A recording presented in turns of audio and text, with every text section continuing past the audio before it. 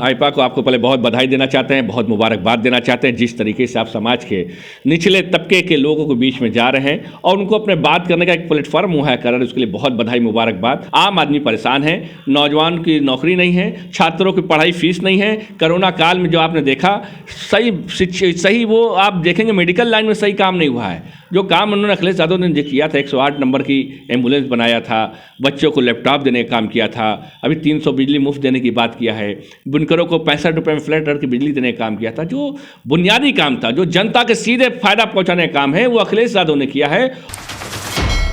जी नमस्कार, मैं हूं वाराणसी से शैलेंद्र सिंह और आप देख रहे हैं आईपा यानी all India progressive politics association. इसके अंतर्गत बातें होती हैं प्रगतिशील राजनीति की।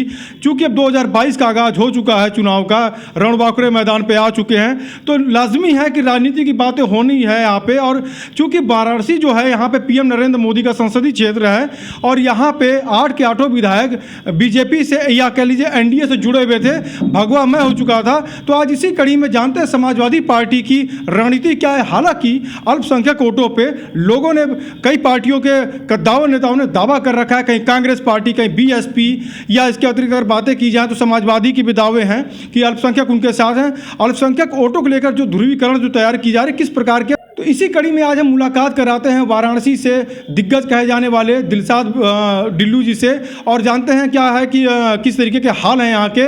और चूंकि यहाँ पे समाजवादी का एक बार गढ़ भी रहा है, लगातार यहाँ पे सर उत्तरी से विधायक रहे हैं समद अंसारी जी। उसके साथ साथ अगर बातें की जाए यहाँ पे तो समाजवादी पार्टी कड़ी टक्कर देती है।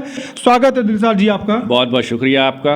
इसके साथ साथ अगर बात की तो समाजवादी पार्टी की रणनीति किस प्रकार से रहेगी? समाजवादी पार्टी की जो रणनीति है, आज जिस तरीके से योगी जी की ठोको नीति चल रही है, गरीब, किसान, नौजवान या बुनकर आज इस सरकार से परेशान है।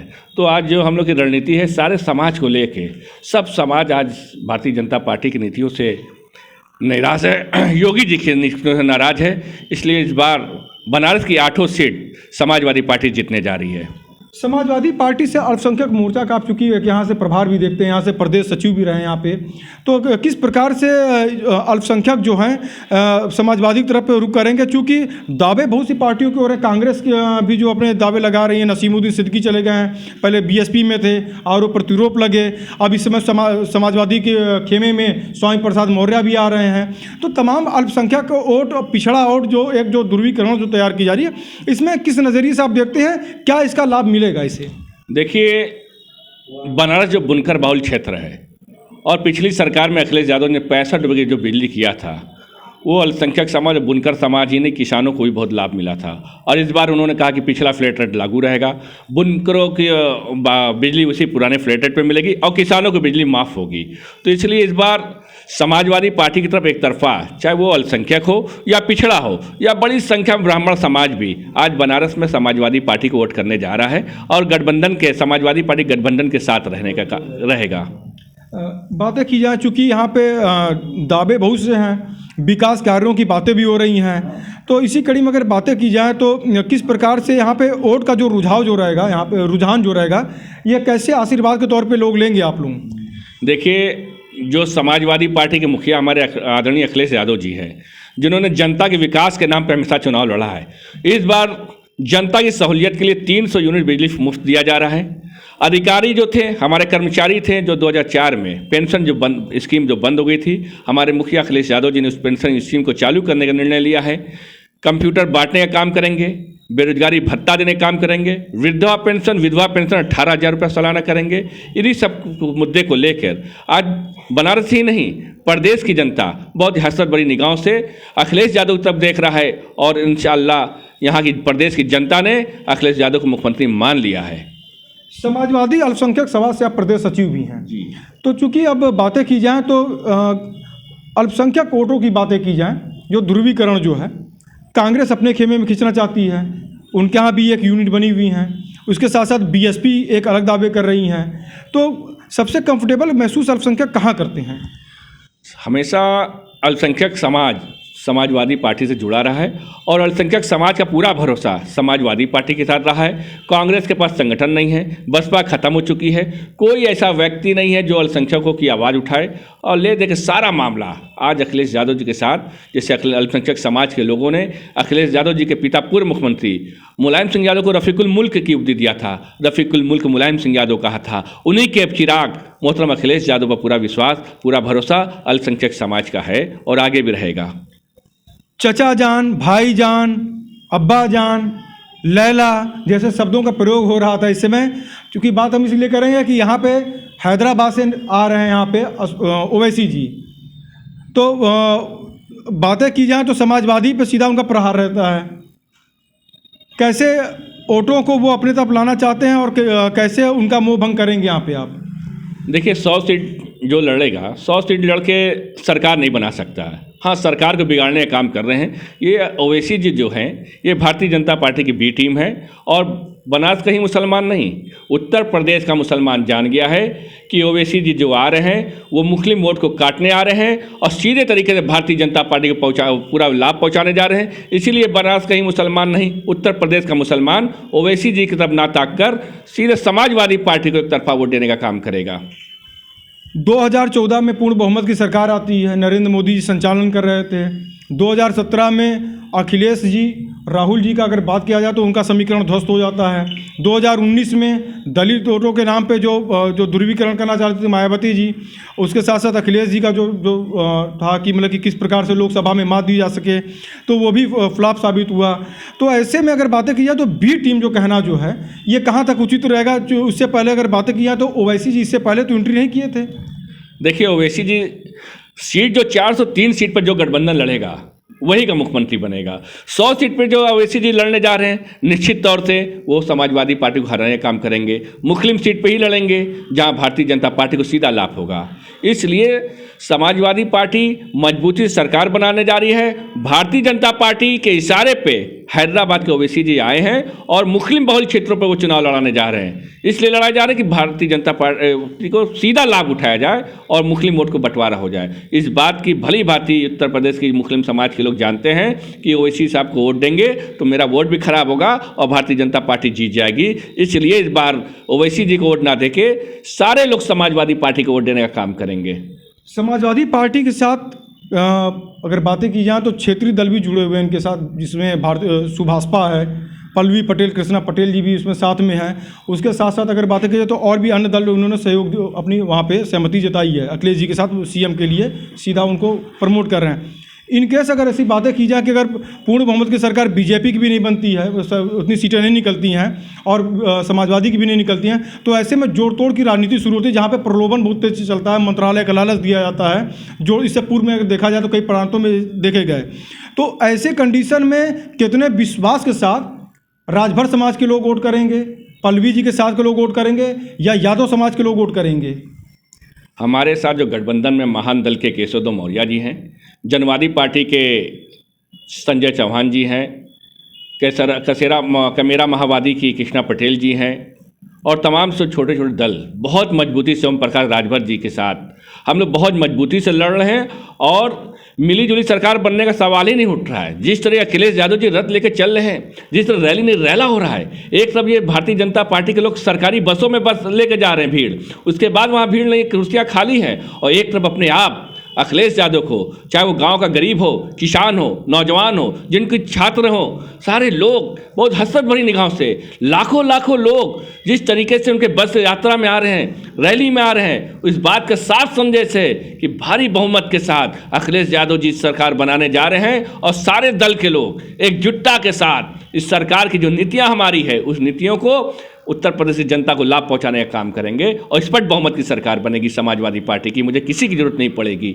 दावे तो बहुत होते हैं, चूँकि अब बात हम ये करना चाहेंगे आपसे, वाराणसी में आप हैं यहाँ पे और यहाँ की राजनीति से भली भांति वाकिफ़ है, प्रदेश की राजनीति भी आप कर रहे हैं, तो साथ साथ अगर आपसे बात करना चाहें, गुजरात मॉडल पर चुनाव होता है 2014 का, बहुत सीधा लाभ मिलता है इन्हें। अब उत्तर प्रदेश की राजनीति में अगर बातें की जाएँ तो खासकर पूर्वी उत्तर प्रदेश की अगर बातें की जाएँ तो यहाँ पे बनारस मॉडल की बातें हो रही हैं। इस कड़ी में रिंग रोड है, TFC सेंटर है बुनकरों के लिए, काशी विश्वनाथ कॉरिडोर है, इसके साथ साथ अन्य कई काम यहाँ पे जुड़ाए जा रहे हैं। तो क्या कहेंगे इस पे, कैसे इनके समीकरणों को तोड़ेंगे आप? देखिए, बनारस की जनता जान गई है, ये जो विकास है ना बनारस मॉडल, ये कॉस्मेटिक विकास किया है। जैसे किसी औरतों को लिपस्टिक लगा दीजिए, चेहरे पे पाउडर लगा दीजिए, क्रीम लगा दीजिए, और जब पानी पड़ता है वो बह जाता है। तो यही इनका विकास है, ये कॉस्मेटिक मॉडल का विकास है भारतीय जनता पार्टी का। इस विकास में कोई दम नहीं है। आम आदमी परेशान है, नौजवान की नौकरी नहीं है, छात्रों की पढ़ाई फीस नहीं है। कोरोना काल में जो आपने देखा, सही वो आप देखेंगे मेडिकल लाइन में सही काम नहीं हुआ है। जो काम उन्होंने अखिलेश यादव ने जो किया था, 108 नंबर की एम्बुलेंस बनाया था, बच्चों को लैपटॉप देने का काम किया था, अभी 300 बिजली मुफ्त देने की बात किया है, बुनकरों को 65 रुपये में फ्लैट रेट की बिजली देने का काम किया था। जो बुनियादी काम था, जो जनता के सीधे फायदा पहुंचाने का काम है, वो अखिलेश यादव ने किया है। और अखिलेश यादव की सरकार को हर एक लोग बहुत विश्वास से जानते हैं कि समाजवादियों की कथनी और करनी मनता नहीं है। समाजवादी पार्टी की जो लोग कहते हैं उसको करते हैं, और भारतीय जनता पार्टी के लोग सिर्फ कहते हैं। और क्या कहते हैं, जब कहने के बाद कहते हैं कि 15 लाख देंगे, उसके बाद जब वो भीड़ में जाते हैं सरकार बनाने के बाद, जो कहते हैं कि ये तो जुमला था। तो ये जुमला बोलने वाले लोग हैं, ये झूठ बोलने वाले लोग हैं, ये गुमराह करने वाले लोग हैं। अगर ये बात क्या करेंगे, चुनाव आ गया है, देखिएगा आप, हिंदू मुसलमान, शमशान कब्रिस्तान और पाकिस्तान और जिन्ना, ये अभी 2 महीना बहुत तेजी से ये भारतीय जनता पार्टी लेके चलेगी। विकास कोई मॉडल ही नहीं।